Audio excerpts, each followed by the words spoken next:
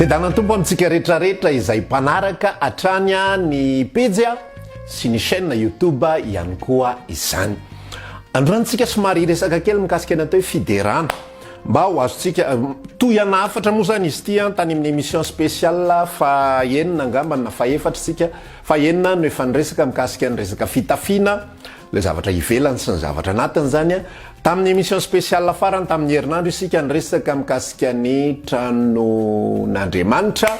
misy koa ny zavatra ivelany zavatra anatiny ary androany isika dia iresaka mikasika ny atao hoe fiderana. Misy ny tontolo mpanompoana ny amin'ny testameta taloha dia misy ny tontolo mpanompoana aty amin'ny testameta vaovao, aty amin'ny fanekena vaovao. Ny fanekena taloha dia voamarika amin'ny zavatra hita maso araka ny efa niresantsika fahiny, resaka akanjo, resaka sakafo hoanina, resaka andro ivavahana, resaka aza manao an'izato sy aza manao an'izaroa amin'ny zavatra ivelany daholo. Zay ny tontolo mpanompoana ny fanekena taloha, resaka vatatrano, angiona, atao tsara tarehy, resaka inona ihany koa re zay rehetrarehetra mikasikasika n'izany rehetra izany dia tontolo mpanompoana tao amin'ny testameta taloha daholo. Eto ihany ny fitoerana izay anaovana an'izao resaka famonoana ondry, resaka famonoana omby, famelan-keloka sy sisa. Fa ny tontolo mpanompoana ny fanekena vaovao kosa dia arak'ilay lazain'i Jesosy ho avy ny andro rehefa tonga ankehitriny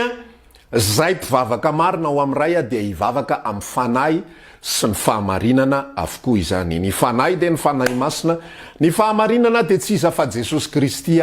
izany, tsy mitady zavatra hafa isika fa zany ny fahamarinana izay ambarany tenin'Andriamanitra. Ka raha iresakitsika mikasika ny fiderana dia ny zavatra izay tsikarotra ao angamba ao anatina tontolona baiboly rehefa mamaky ianao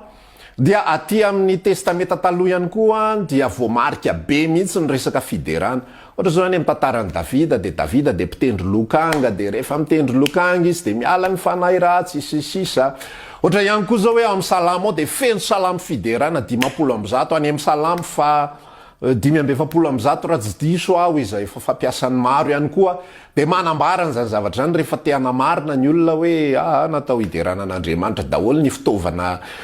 zava-maneno rehetrarehetra fa tsy mijanona amin'ny orga fotsiny dia miderahan Jehova amin'ny valia torifolo, amin'ny lokanga, am'izao derahan Jehova. Zany hoe ny tontolona fanompoana testameta taloha dia tena voamarika tanteraka amin'ny zavatra hita maso sy azo tsapahitanana. Zay zany le izy tena marina be zany, tsy adikevitra zany zay ny zavatra nisy teo amin'ny zanak'Israely. Fa ozy kosa hoe aty amin'ny fanekena vaovao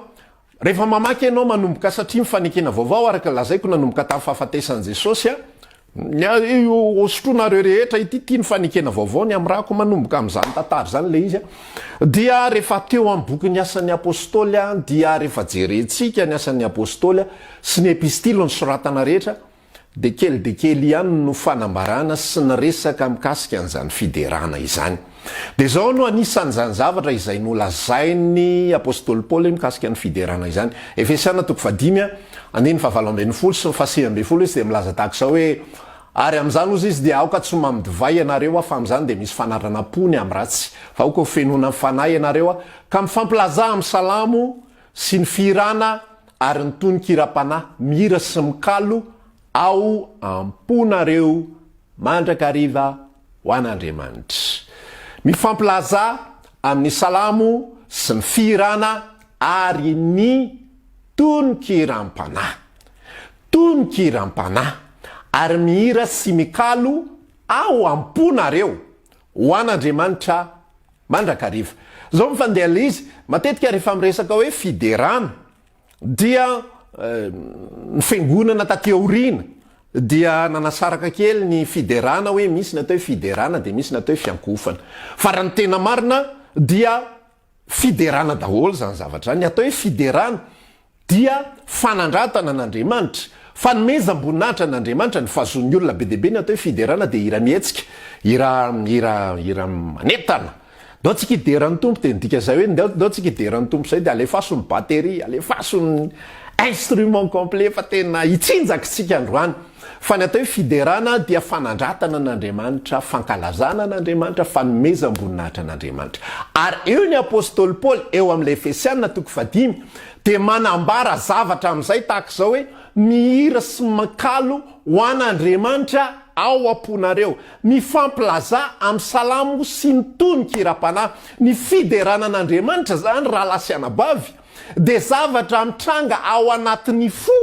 fa tsy lay zavatra miseho ety ivelany. Le zavatra miseho ety ivelany raha mihiry ianao, fantatro fa marotoko reo hira tsara tsy afaka ambavanao, raha manao an'izay ianao le zavatra ivelany takizay, dia tsy zay ny atao hoe fiderana, fa zay ny atao hoe fanehoana fiderana, na ny atao hoe expression de louange, faneho-piderana. Ny fiderana dia miainga avy ato anatin'ny foko, dia asehoko amin'ny alalan'ny vavako, faly ahako any anatin'ny foko any te hideran'Andriamanitra ahako mankalaza azy manome voninahitra azy mitsinjaka ny any anatiko any dia asehoko ety ivelany amin'izay izay fifaliako sy fitsinjahako izay. Ka ny ety ivelany dia fanehoana fotsiny ihany, fa ny ao anatiny any atao hoe fiderana. Rehefa mideran'ny tompo azy zany dia ny zavatra ny anitra manitra, ny fanatitra manitra, fanatitra ankasitrahana, ny anitra manimpofona izay tonga ao anatrehan'Andriamanitra, dia tsy izao mihira mety tsara, mety tsara. Zany hoe feo voalohany dia mety tsara mihitsy raha feo voalohany, feo faharoa tena tsisy mivalana, mety tsara daholo ny clé, ny akoro, ny ina moa izy ty manaja ny resaka temps rehetrarehetra, solfa, solfege, sisa rehetra, mety tsara. Tsy zay ny atao hoe fiderana. Raha zay mantsy ny atao hoe fiderana dia zao le olona mamalana be tsy fantatra feo fadimy, fahenina sa fafolo reny tsy tao anatin'ny note. Ny sasany ray miainga feo voalohany izy vita ny couplet anankiray na ny atsasaka couplet na ny apa-efatra couplet, mivadika faharondra izy any mbesondra izy mamely avy eo tampotampoka eo izy miditra voalohany ray tsy fantatra tsony hoe tena ahoana. Dia ny dikan'izany zany raha ohatra ka le feo ivelany atao hoe midera, raha ohatra ka le fanehoana ivelany atao hoe midera an'Andriamanitra, dia misy ny olona atao hoe tsy mahay midera an'Andriamanitra satria izy dia mamalana be. Raha ohatra ka zava-maneno maro isan-karazany atao hoe midera an'Andriamanitra, dia rehefa tsy misy zany zava-maneno dia tsy afaka midera an'Andriamanitra isika. Raha ohatra ka feo avoaka ny atao hoe fiderana an'Andriamanitra, dia misy karazana olona mona rehefa manompo mitompo tsy voatery ho sitran'izany zavatra zany, mety ho sitran'izany, mety tsy ho sitran'izany. Fa ny olona mona ve zany na ny olona marenina ihany koa dia tsy mba afaka ny ideran'Andriamanitra? Tsia. Ny tenin'Andriamanitra dia manambara fa na ny zavaboary rehetrarehetra ary midera an'Andriamanitra daholo, ny rivotra midera an'Andriamanitra, ny zava-maniry midera an'Andriamanitra, ny zavatra rehetrarehetra ny etsaha, ny zavaboary rehetrarehetra midera an'Andriamanitra daholo, satria ny atao hoe fiderana an'Andriamanitra dia zavatra ao anatin'ny foko afaka midera an'Andriamanitra, na ny ambony busy ary ao anatin'ny fanahy koa afaka midera an'Andriamanitra. Ary zay indrindra lazain'ny apôstôly Paoly hoe mifampilaza amin'ny salamo sy ny toniky rampanahy ao anatin'ny resaka, ka mihira sy mikalo ao amponareo ho an'Andriamanitra. Tsy lay ety ivelany no inona fa lay ao anatin'ny zava-dehibe. Ny problemantsika olombelona mantsy dia zao, ny ety ivelany ihany ny atsika ny tena hiazakazahantsika sy olomaizatsika. Midera an'Andriamanitra dia tena mahany ery tena. Ary rehefa tsy misy zava-maneno ao anatin'ny fiangonana dia ohatra maimaina ho le fiderany, ohatran'izao efa zao lazaiko anao dia ao anatin'ny fony atao hoe fiderana.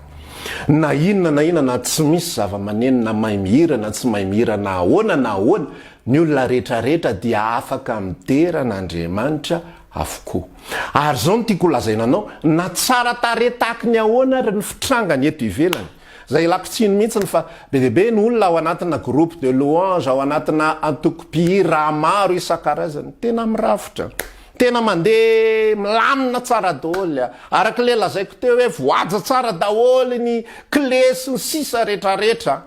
Tatoato moa zany tao anatin'ny 20 taona tatoato dia nalaza mihitsy ny ty manangana groupe fiderana sy namany rehetrarehetra. Zay moa zany fomba fiantso anazy. Fa zavatra fantaniana hoe manao ahoana kosa reny fon'ireo zay atao hoe mpidera ireo hoe tadidio tsara, fa ny atao hoe fo midera voalohany indrindra de fo voadio ny rany jesosy fa tsy misy dikany zava-poana amin'ny amosa zay fanresako tamin'ny farany amosa toko fadimina toko fahina de milaza ny tenin'andriamanitra hoe makaleo any hiranareo izy ary matovoka ny faneno ny lokanganareo zany hoe Andriamanitra tena leony amin'ny zavatra izay ataony Israely satria ny antony de zao ny ten'Andriamanitra manambara hoe Andriamanitra mipetra eo ambony fiderana Israely de inona zavatra nataony Israely ay fiderana moa zany ny ataony no ilain'Andriamanitra antaotsika hidera ay mila fanatitra hodorana ho ny Andriamanitra mila fanatitra misy mila emboka manitra ho ny Andriamanitra mila zao oatra isa ataotsika zany rehetrarehetra zany fa ozy Andriamanitra hoe makaleo azy any zavatra zany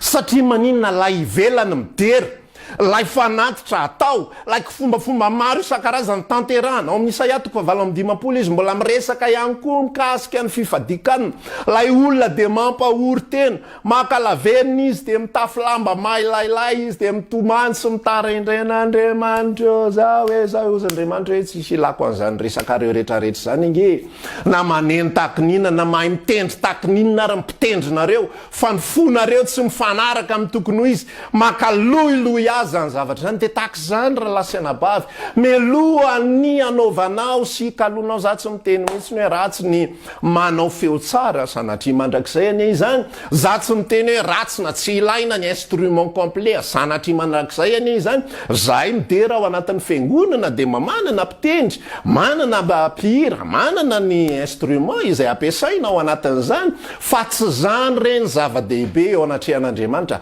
raha te asitraka eo anatrehan'Andriamanitra raha tianao marina tena fiderana no fijerin'Andriamanitra ny zavatra ataonao teboka voalohany indrindra ity fo ty mila voadio ny rany Jesosy ity fo ty mila hitoeran'ny Kristy ary zay ny fiderana voalohany indrindra rehefa tafatoetra ao Kristy rehefa voadio ny rany Kristy io zay ny fiderana voalohany indrindra ny fiderana faharoa de miainga avao anaty ao lay izy lay fankasitrahana lay fo mideran'Andriamanitra lay fo mihira ao an'Andriamanitra lay fo faliny amin'ny fitondran'Andriamanitra misy olona menomenona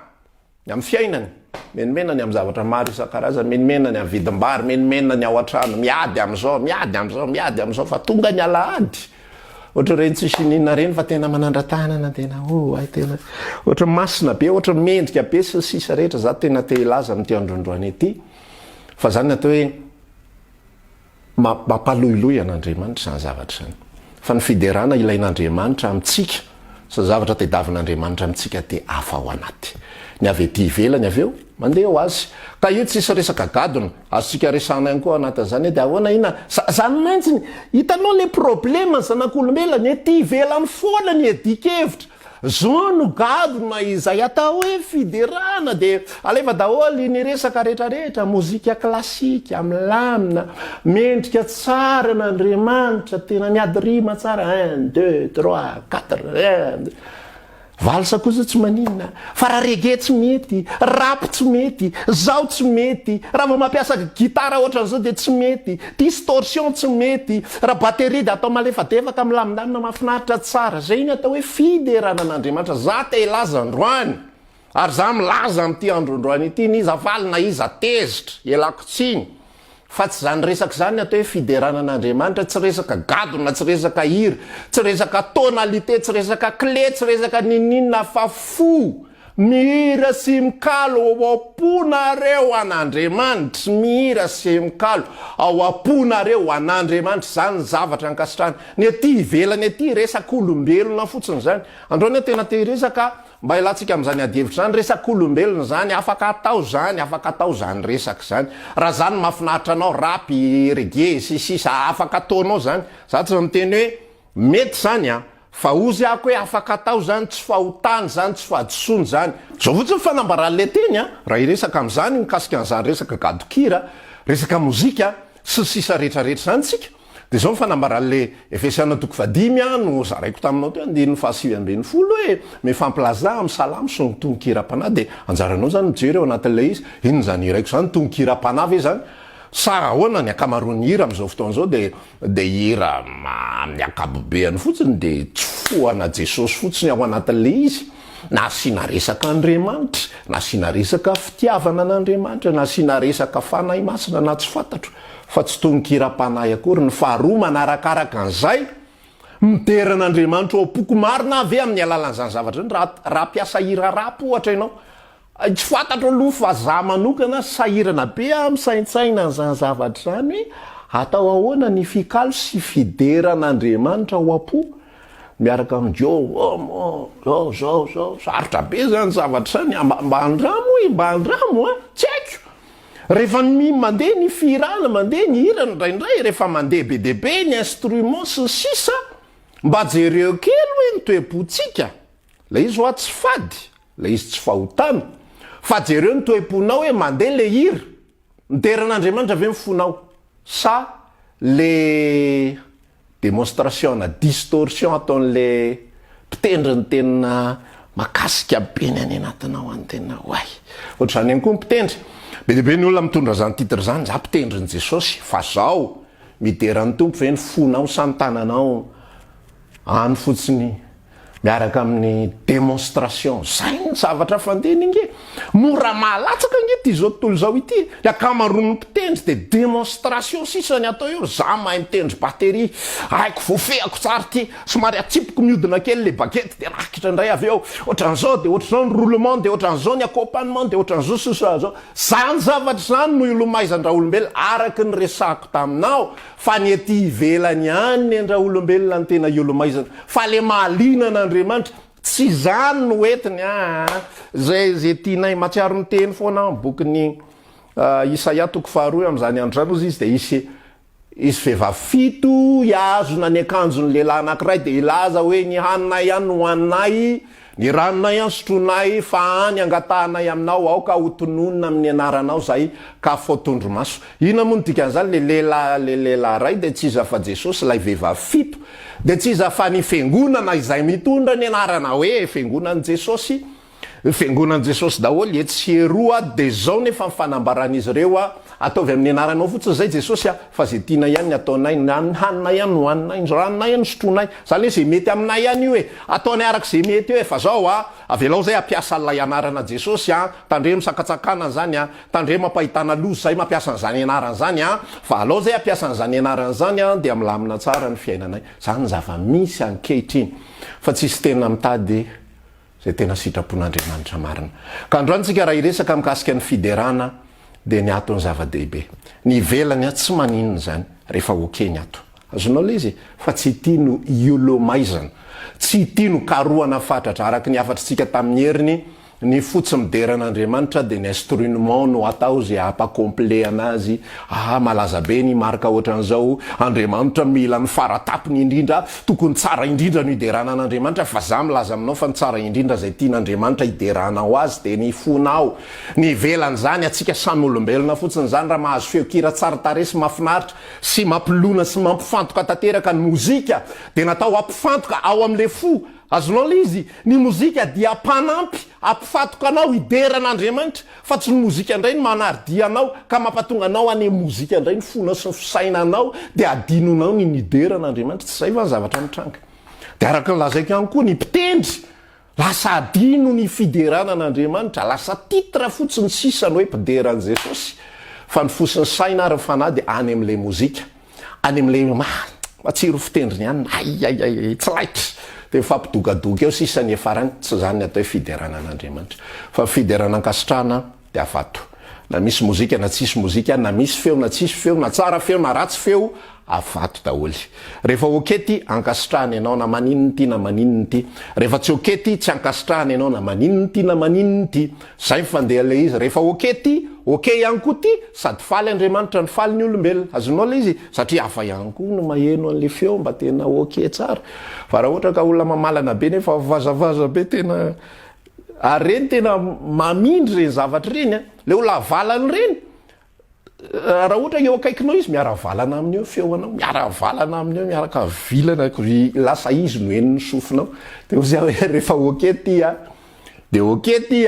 sady faly Andriamanitra no faly ny olombelona zay indray ny afatritsika amin'ity androandroany ity de davy zay mahafaly an'Andriamanitra zay olomaizana mandeha ho azy ny ety ivelany rehetrarehetra samy tahiny tompo daholo mandra-piona mandra-piresaka veloma tompoko